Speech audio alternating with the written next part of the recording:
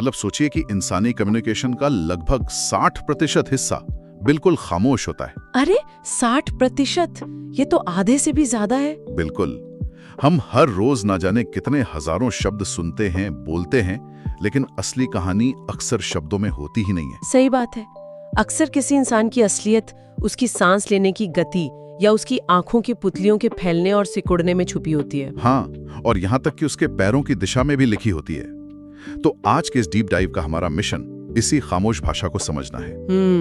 ये एक बहुत ही दिलचस्प टॉपिक है, क्योंकि शब्दों को तो सोच समझकर गढ़कर और तोड़-मरोड़ कर भी पेश किया जा सकता है। वही तो आज हमारी चर्चा का आधार how to understand anyone instantly नामक एक ऑडियो बुक समरी और उससे जुड़े कुछ रिसर्च है। और इसका मकसद यही है कि हम ये डिकोड कर पाएं कि बिना एक भी शब्द बोले लोग असल में महसूस क्या कर रहे होते हैं। बिल्कुल, क्योंकि इस जानकारी का सही इस्तेमाल करके हम इंसानी स्वभाव को बेहतर समझ सकते हैं और धोखेबाजों के पैटर्न को पकड़ सकते हैं। और सबसे जरूरी बात, दूसरों की भावनाओं के साथ एक गहरा और सच्चा कनेक्शन बना सकते हैं।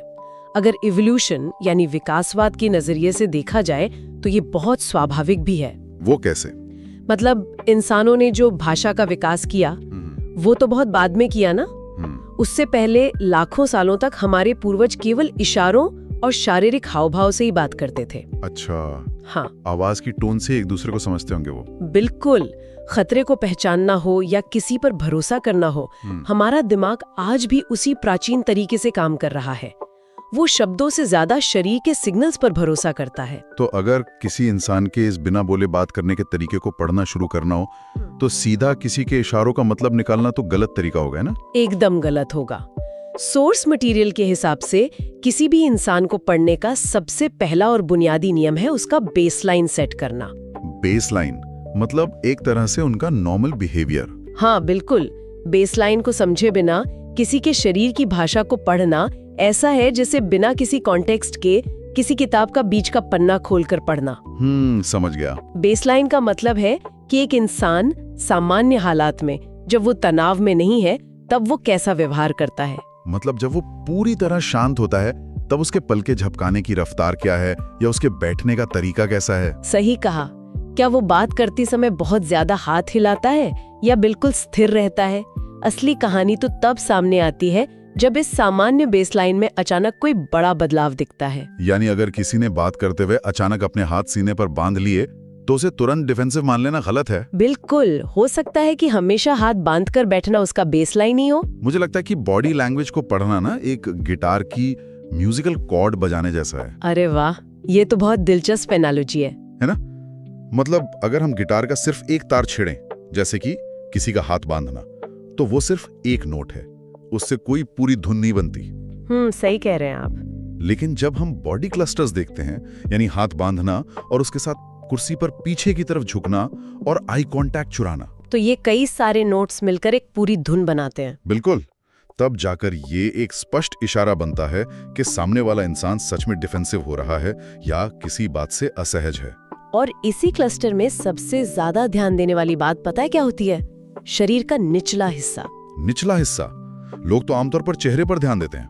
वही तो, लोगों का पूरा ध्यान सामने वाले के चेहरे पर होता है, लेकिन सच तो ये है कि पैर शरीर का सबसे ईमानदार हिस्सा होते हैं। अच्छा, वो कैसे? मान लीजिए कोई मुस्कुराकर आपकी बातचीत का हिस्सा बना हुआ है, लेकिन उसके पैर दरवाजे की तरफ मुड़े हुए हैं। हो, मतलब वो वहां से भागना चाहता है। बिल्कुल। इसके पीछे इवोल्यूशनरी बायोलॉजी काम कर रही है। उस इंसान का फाइट और फ्लाइट रिस्पॉन्स एक्टिवेट हो चुका है। तो दिमाग पहले ही कमरे से बाहर जा चुका है और शरीर को बाहर निकलने का रास्ता दिखा रहा है। ये तो बहुत कमाल की बात है ना? पैर और हाथ इंसान के कंफर्ट या डिस्कंफर्ट के बारे में बहुत कुछ बता देते हैं। लेकिन अगर ये जानना हो कि अंदर असल में कौन सी भावना चल रही है, तो मेरे ख्याल से हमें शरीर के उस हिस्से को देखना होगा जो सीधे हमारे इमोशनल सेंटर से जुड़ा है। यानी कि हमारा चेहरा। बिल्कुल, हमारा चेहरा। चेहरे के हाव भाव को समझने के लिए ना साइकोलॉजिस्ट पॉल एकमैन की रिसर्च का जिक्र आता है, जो बहुत अहम है। हाँ, मैंने पढ़ा है इसके बारे में। उन्होंने दुनिया भर के अलग अलग कल्चर में जाकर रिसर्च की थी, है ना? हाँ, उन्होंने ये साबित किया कि 7 ऐसी भावनाएं हैं जिनके फेशियल एक्सप्रेशंस दुनिया के हर कोने में बिल्कुल एक जैसे होते हैं, चाहे वो कोई भी देश हो या कोई भी समुदाय। बिल्कुल। वो 7 भावनाएं हैं: खुशी, उदासी, गुस्सा, डर, हैरानी, घृणा यानी डिस्गस्ट और तिरस्कार।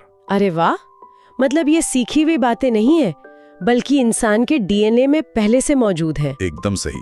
यहाँ तक कि जन्म से दृष्टिहीन इंसान भी खुश होने पर बिल्कुल वैसा ही मुस्कुराता है जैसा देखने वाला इंसान मुस्कुराता है। पर एक बात सोचिए, लोग तो अपने चेहरे को कंट्रोल करना भी सीख लेते हैं ना। हाँ, ये तो है। अगर कोई अंदर से बहुत गुस्से में है पर बाहर से मुस्कुरा रहा है, तो वो यूनिवर्सल गुस्सा कैसे दिखेगा फिर? यहीं पर रिसर्च में माइक्रो एक्सप्रेशंस का जिक्र आता है। बताया गया है कि ये एक्सप्रेशन इतने तेज होते हैं कि चेहरे पर सिर्फ 1 सेकंड के 25वें हिस्से से लेकर 5वें हिस्से तक ही रहते हैं। 1 सेकंड का 25वां हिस्सा? सच कहूं तो ये सुनकर थोड़ा शक होता है मुझे भी हुआ था। क्या रोजमर्रा की जिंदगी में एक आम इंसान इतनी तेजी से आने वाले इशारे को पकड़ भी सकता है? ये तो ऐसा काम लगता है जिसके लिए बाकायदा कोई स्लो मोशन वीडियो एनालिसिस चाहिए। हाँ, पहली बार सुनने में तो ये असंभव सा लगता है, लेकिन सोर्स बताता है कि इसे पकड़ने के लिए दिमाग को माइक्रो मूवमेंट्स पर नहीं, बल्कि टाइमिंग और मिसमैच पर फोकस करने के लिए ट्रेन करना होता है। अच्छा, टाइमिंग पर। वो कैसे काम करता है? माइक्रो एक्सप्रेशन असल में वो भावना है जिसे इंसान का चेतन मन यानी कॉन्शियस माइंड छुपाने की कोशिश करता है, लेकिन उस कंट्रोल के एक्टिवेट होने से पहले ही असली भावना मांसपेशियों के जरिए लीक हो जाती है।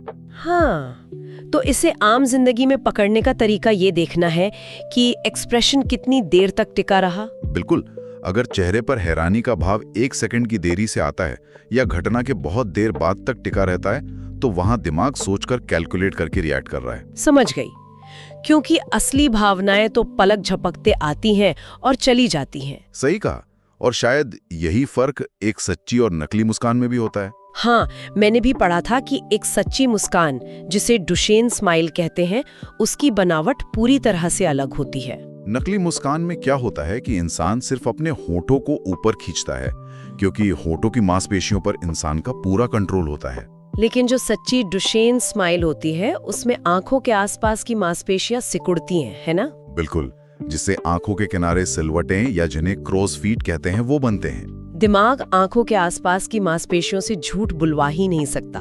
एकदम सही बात है। चेहरा जो सच छुपाने की कोशिश करता है, वो आंखों के पास और आवाज के भारीपन में नजर आ ही जाता है। आवाज का भारीपन? हाँ, क्योंकि झूठ बोलने का सीधा असर इंसान की आवाज पर पड़ता है, और इसके पीछे कॉग्निटिव डिसोनेंस का विज्ञान है। कॉग्निटिव डिसोनेंस, ये क्या होता है? जब दिमाग झूठ गढ़ रहा होता है ना, तो उसे एक ही समय में 2 चीजें करनी पड़ती हैं: असली सच्चाई को दबाना और साथ ही एक नई मन गढ़ंत कहानी तैयार करना। बाप रे, ये तो दिमाग के लिए बहुत काम हो गया। बिल्कुल, और इस मानसिक संघर्ष की वजह से नर्वस सिस्टम में एक रियल फिजिकल स्ट्रेस पैदा होता है, जिसका असर सीधे गले की मांसपेशियों और वोकल कॉर्ड्स पे पड़ता होगा फिर। हाँ, स्ट्रेस के कारण गले की मांसपेशियां सिकुड़ जाती हैं, जिससे हवा का बहाव रुकने लगता है। अच्छा, तो यही वजह है कि भारी दबाव में या झूठ बोलते वक्त आवाज की जो पिच है वो अचानक से थोड़ी पतली हो जाती है। सही पकड़ा। या फिर गले में एक अजीब सी झल्लाहट और सूखापन आ जाता है। और बात सिर्फ आवाज के पतले होने की नहीं है, बल्कि शब्दों का चुनाव भी सबकॉन्शियस लेवल पर बदल जाता है। इसे शायद डिस्टेंसिंग लैंग्वेज कहते हैं ना? हाँ, झूठ बोलने वाला इंसान साइकोलॉजिकली खुद को उस झूठ से दूर करना चाहता है। तो वो ये नहीं कहेगा कि मैंने पैसे नहीं चुराए, बल्कि वो पैसिव वॉइस का इस्तेमाल करेगा। बिल्कुल, वो कहेगा पैसे मेरे द्वारा नहीं चुराए गए। वो सीधे तौर पर खुद को उस घटना का सब्जेक्ट बनाने से बचता है। ये डिसेप्शन और झूठ पकड़ने के तरीके में ना एक बहुत ही चौंकाने वाली बात सामने आती है। वो क्या? आम धारणा ये है कि जो लोग झूठ बोलते हैं वे नर्वस दिखेंगे, पसीना पसीना होंगे और आंखें मिलाने से कतराएंगे। हाँ, अक्सर टीवी शोज में भी तो यही दिखाते हैं। लेकिन सोर्सेज में स्पष्ट किया गया है कि जो शातिर और आदतन झूठ बोलने वाले होते हैं, वे ओवर कॉम्पेंसेट करते हैं। ओवर कॉम्पेंसेट मतलब वो जरूरत से ज्यादा ही नॉर्मल दिखने की कोशिश करते हैं। बिल्कुल, वो एक नकली शांति ओढ़ लेते हैं, बिना पलके झपकाए लगातार आंखों में आंखें डालकर बात करते हैं, और अपनी कहानी में इतनी ज्यादा डिटेल्स और बारीकियां जोड़ देते हैं जिनकी कोई जरूरत ही नहीं थी। वही तो, सच आमतौर पर थोड़ा बिखरा हुआ और सीधा होता है, जबकि एक रटा रटाया झूठ एकदम परफेक्ट और स्क्रिप्टेड लगता है। ये तो बहुत ही अहम ऑब्जर्वेशन है। बहुत ज्यादा आई कांटेक्ट या बहुत ज्यादा डिटेल्स हमेशा सच्चाई की निशानी नहीं होते। लेकिन यहाँ हमें थोड़ा सावधान भी होना पड़ेगा। क्यों, क्या हुआ? अब तक हमने जो भी फेशियल एक्सप्रेशंस, बॉडी क्लस्टर्स या आवाज के बदलावों को डिस्कस किया है, वे सभी सिग्नल्स पूरी तरह से गलत साबित हो सकते हैं अगर हम कॉन्टेक्स्ट यानी माहौल को ना समझें। और उस इंसान की पर्सनालिटी को भी ध्यान में रखना होगा। इसे सिचुएशनल अवेयरनेस कहना सही होगा ना? बिल्कुल। सोचिए अगर कोई इंसान किसी कमरे में सिकुड़ कर बैठा है और उसने अपने हाथ कस के बांध रखे हैं, तो इसे तुरंत डिफेंसिव मान लेना मूर्खता हो सकती है। हाँ, हो सकता है कमरे के एसी का तापमान बहुत कम हो और उसे बस तेज सर्दी लग रही हो। एकदम सही। और कॉन्टेक्स्ट में सिर्फ भौतिक माहौल नहीं बल्कि पावर डायनामिक्स भी आते हैं। Power dynamics? जैसे कि बॉस और एम्प्लॉय के बीच? हाँ, एक कर्मचारी अपनी कंपनी की सीईओ के सामने बात करते हुए थोड़ा स्टिफ और नर्वस लग सकता है। तो ये उसका झूठ बोलना या कुछ छुपाना नहीं है, बल्कि एक हायरार्की वाले माहौल में उसका प्राकृतिक अडैप्टेशन है। बिल्कुल। इसके साथ ही किसी भी व्यक्ति का अपना एक हार्ड वायर्ड मनोवैज्ञानिक ढांचा होता है, जिसे साइकोलॉजी में बिग 5 पर्सनालिटी ट्रेट्स कहा जाता है। अच्छा, वो 5 वाले? ओपननेस, कॉन्शियसनेस, एक्स्ट्रावर्जन, एग्रीएबलनेस और न्यूरोटिसिज्म। हाँ, इन ट्रेट्स को समझे बिना सही बेसलाइन तय करना असंभव है। इसको अगर शारीरिक हाव भाव से जोड़कर देखें तो तस्वीर और साफ हो जाती है। वो कैसे? अगर कोई इंसान कॉन्शियसनेस यानी कर्तव्य निष्ठा में हाई है, तो उसकी बॉडी लैंग्वेज बहुत सटीक, नपीतुली और नियंत्रित होगी। और वही अगर किसी का एक्स्ट्रावर्जन हाई है, तो वो बात करते हुए बहुत ज्यादा हाथ चलाएगा, बड़ी बड़ी मूवमेंट्स करेगा और ज्यादा स्पेस घेरेगा। और सबसे ट्रिकी हिस्सा होता है न्यूरोटिसिज्म। हाँ, अगर किसी का न्यूरोटिसिज्म लेवल प्राकृतिक रूप से हाई है, तो उसके सामान्य बेसलाइन में ही हमेशा थोड़ा बहुत बेचैनी या पैर हिलाना शामिल होगा। और शायद बार बार अपना चेहरा छूना भी। बिल्कुल। अब अगर ऐसे इंसान से किसी तनावपूर्ण स्थिति में पूछताछ की जाए और वो पैर हिला रहा हो, तो उसे झूठ बोलने का लक्षण तो नहीं माना जा सकता ना? सही बात है, क्योंकि वो तो उसकी मूल अवस्था है। उसी तरह एक इंट्रोवर्टेड इंसान भीड़ में नजरें मिलाने से वैसे ही बचता है। लोग अलग अलग माहौल में अलग व्यवहार करते हैं। और ये उनका ढोंग नहीं है, बल्कि इंसानी फितरत का एक हिस्सा है। अब यहाँ से ना एक नया सवाल खड़ा होता है। क्या सवाल? एक तरफ तो हम यूनिवर्सल एक्सप्रेशंस, पिच और बिग 5 पर्सनालिटी की इतनी साइंटिफिक एनालिसिस कर रहे हैं, लेकिन रिसर्च में इंट्यूशन यानी अंदर की आवाज या जिसे गट फीलिंग कहते हैं, उस पर भी काफी जोर दिया गया है। हाँ, आमतौर पर गट फीलिंग को कोई जादू या छठा सेंस मान लिया जाता है, जिसका साइंस से कोई लेना देना नहीं है। पर असल में इंट्यूशन कोई जादू तो नहीं है, इसके पीछे एक बहुत ही ठोस न्यूरोसाइंस काम करती है। बिल्कुल, ये हमारे दिमाग का अवचेतन पैटर्न रिकॉग्निशन सिस्टम है। मतलब हमारा सबकॉन्शियस दिमाग लगातार चीजों को एनालाइज कर रहा होता है। हाँ, हमारा चेतन मन 1 सेकंड में मुश्किल से 40 बिट्स डेटा प्रोसेस कर पाता है, जैसे कि सामने वाले के शब्द। सिर्फ 40? हाँ, लेकिन उसी 1 सेकंड में हमारा अवचेतन मन करोड़ों बिट्स डेटा प्रोसेस कर रहा होता है। अरे बाप रे! जैसे कि सामने वाले के चेहरे के माइक्रो एक्सप्रेशंस, आवाज में आई हल्की सी दरार या उसके शरीर का हल्का सा तनाव। बिल्कुल।